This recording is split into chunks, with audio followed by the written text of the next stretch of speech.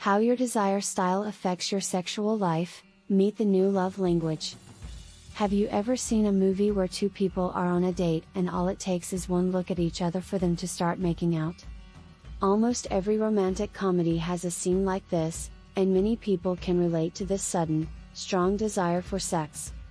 For others, though, this is a moment that makes no sense at all. I've never been able to get excited about sex just by thinking about it or looking at my partner. This is because I have a responsive desire. And while responsive desire is a common, healthy, and normal way to get turned on, for a long time I thought there was something wrong with me because my sex life didn't look like scenes from a rom-com. Even so, I had good reason to think something was wrong with me.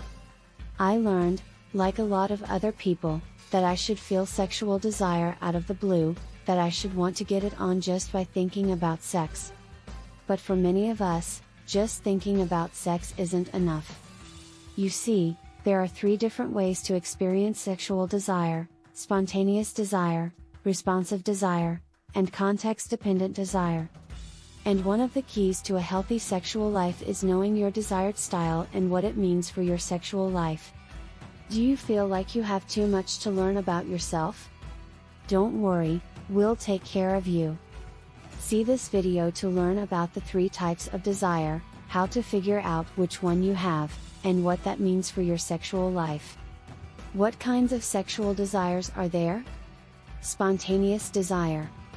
We see spontaneous desire in movies, like when a couple is out on a date and, after a glance at each other, they start making out in the bathroom stall. When someone has a spontaneous desire, it may feel like they get turned on out of nowhere, just by thinking about a fantasy or seeing someone they think is hot. It happens quickly, and it doesn't take long for them to feel it. Responsive desire. The opposite of spontaneous desire is responsive desire. The desire that acts quickly is slow. If someone has a responsive desire, they usually don't want sex until after they've had it. Yes, you're right. A lot of people don't want sex until they've started kissing, watching porn, playing with toys, or whatever else they like to do. That's because people with responsive desire, like me, need sexual stimulus, or anything our brain thinks of as sexual, to get turned on. Context-dependent desire. In her book Come As You Are, Emily Nagoski, PhD, a sex researcher, and writer, calls the 3rd type of desire context-dependent desire. People who have context-dependent desires find that they have spontaneous desires in some situations and responsive desires in others. Think of it this way. At the start of a relationship, you want to have sex as soon as you see your partner. But after a few months or years together, your desire is more responsive, and it takes a little longer to get the fire going. Carol Queen, PhD, staff sexologist at Good Vibrations, and I talked about how context affects desire. She said that things like a lot of stress at work, becoming a parent, or even worrying that someone can hear you having sex can all change how spontaneous or responsive your desire is. How to figure out what style you want. If you are holding your breath, you can let it out now. The point of this isn't to make you worry about putting yourself in a box, but to give you the information you need to have the sex life you want, so take what you need and leave the rest. You may have a spontaneous desire if just thinking about a partner or a fantasy turns you on. When you have a sudden desire for sex, it can feel like it came out of nowhere. You might even find that you often start sex or want to start sex because you get turned on quickly or when you just think about it. You may have a responsive desire if you start getting excited when you use your favorite sex toy or when your partner touches your favorite spots. You might notice that you don't go out of your way to have sex and that when you do get sexually aroused, it's usually because someone else started it or because you were exposed to something your brain thinks is sexual, like a sensual massage or a sex scene in a movie.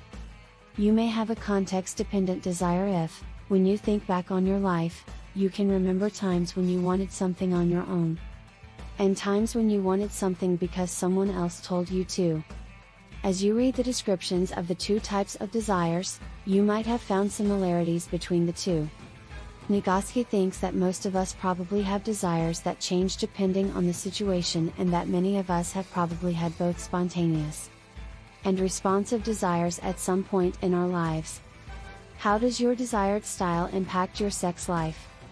When people have responsive desire, one of the most common things they say is that they feel broken. And when you feel broken, guess what happens to your sexual life? Your libido goes down, it's hard to have fun, you worry about how you're doing, and the list goes on. You get it. So let me say it again. You aren't broken. Responsive desire is not a disease that needs to be cured. Having responsive desire also means that you probably need to look for sexual stimulation to get turned on. This means getting out the vibrator, reading or listening to erotica, or asking your partner to kiss your neck, back, or whatever spot gets you going. Learning what you need to get turned on can be a game changer for people with strong desires. Even though the spontaneous desire is the fastest way to get aroused, that doesn't mean it's easier or simpler to work with than other kinds of desire. People who get sexually interested on their own tend to be the ones who start things off. For some people, starting things off can be really hard or even feel like it's against the rules. Women, for example, are often seen as gatekeepers and not as initiators. This means that some women find it hard to start sex and may even be called slutty or unladylike for doing so. So let's clear things up, wanting sex doesn't make you a slut. People with the spontaneous desire can also get tired of being the one who starts sex because they want to be the one who is desired. If you have a context-dependent desire, you might be confused or even angry about why your desires feel so spontaneous sometimes and responsive other times. Please remember that you're not broken when your desire is responsive, and you're not too much when your desire comes up on its own. It's normal for what you want to do to change as your life changes. Excitingly, you can hack context-dependent desire by recreating situations in your life that have been good for spontaneous desire in the past. My desire tends to be responsive, but it gets more spontaneous when I'm less stressed, when my mental health is getting better, or when I feel emotionally connected to a partner. But these are just the things that make me more spontaneous. It's up to you to figure out what makes you more spontaneous. Luckily, Nagoski has a quiz for this.